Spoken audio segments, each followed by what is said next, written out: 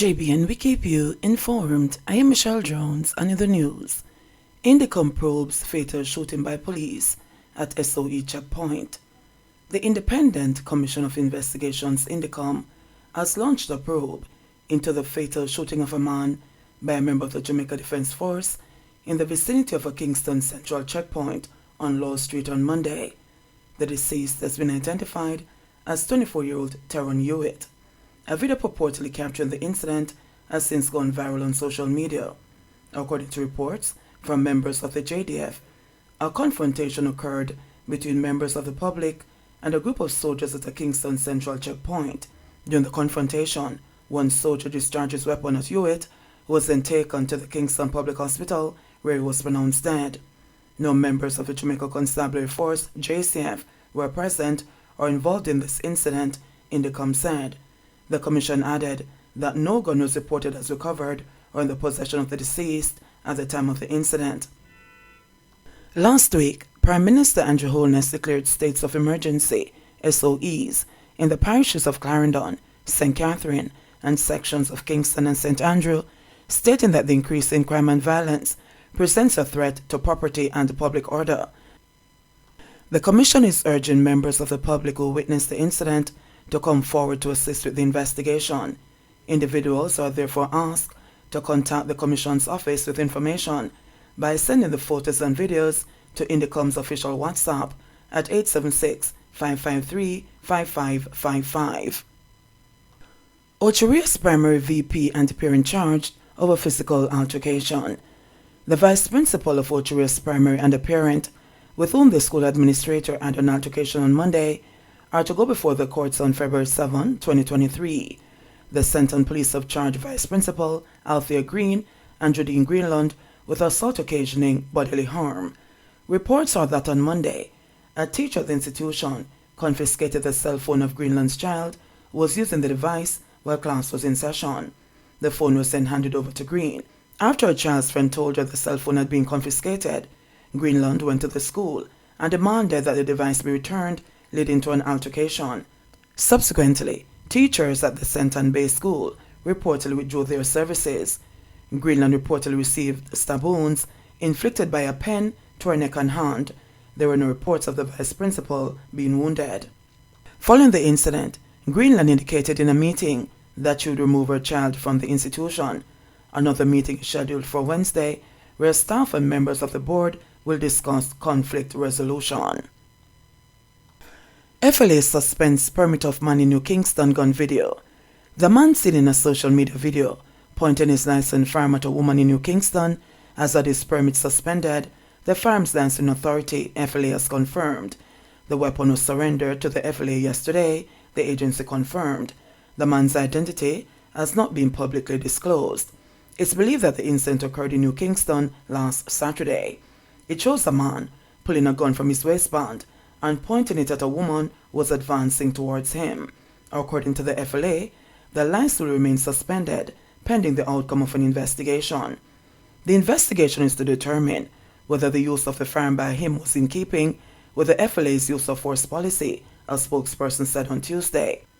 If the FLA deems that he did not conduct himself properly in terms of the training that all license holders get as it relates to the use of force, the FLA can revoke the license. 56-year-old uncle charged for a fatal Westmoreland stabbing during dispute.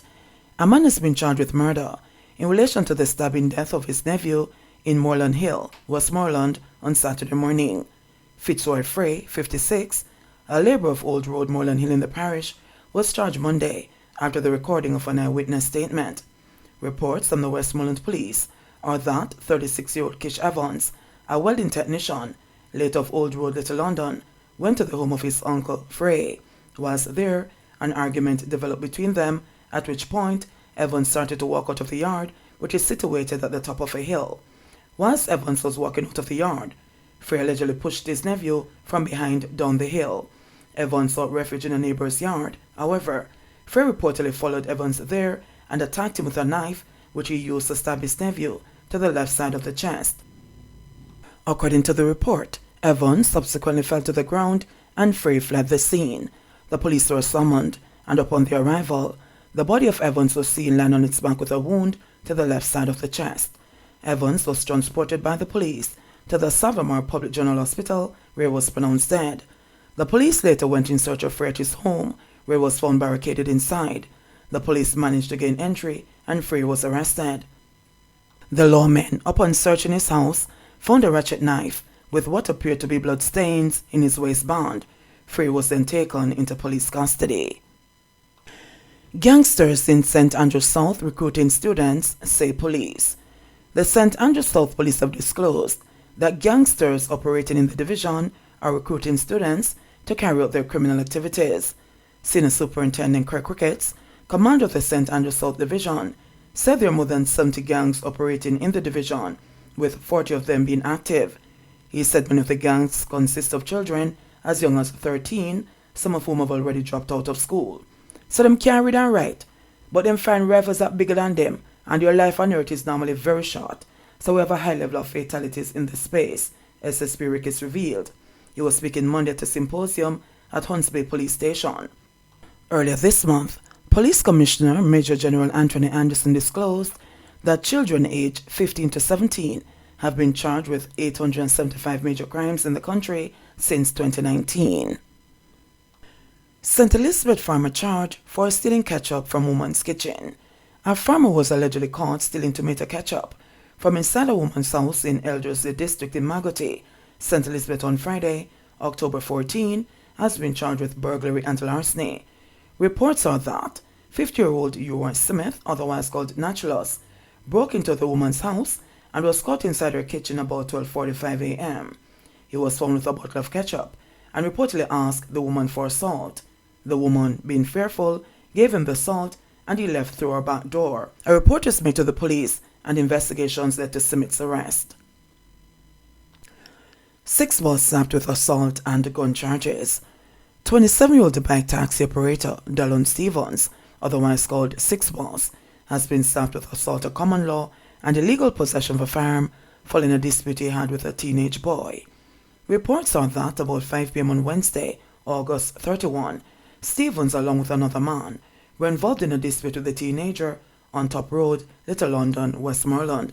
The men allegedly left and returned, armed with a rifle, and fired a shot in the air while threatening the teen. They left the area, but later returned and pointed a handgun at the teen. The boy ran, and a report was made to the police. The police visited the scene, where a spent casing was discovered. An investigation commenced, which led to Stevens being apprehended and subsequently charged. His court date is being arranged. Path remains a priority, says Education Minister. The Education Ministry is assuring the public that it is committed to providing cooked lunches, snacks and breakfast to as many needy students as possible, given the significant positive impact that the Program of Advancement through Health and Education Path has on attendance at schools. The ministry was responding to a report on the weekend that Edwin Allen High School on Friday announced the discontinuation of lunches for students under the Path initiative for the rest of the school term, which ends in December. According to principal of the Clarendon-based school, Jermaine Harris, the funds that the government sends have been used up for this term. Once we receive additional Path funds from the government, then we'll resume this arrangement. He added, "It's just like you get funding, and you as a school try to stretch it as much as you can, because you get $150 per student, but our lunch costs $350.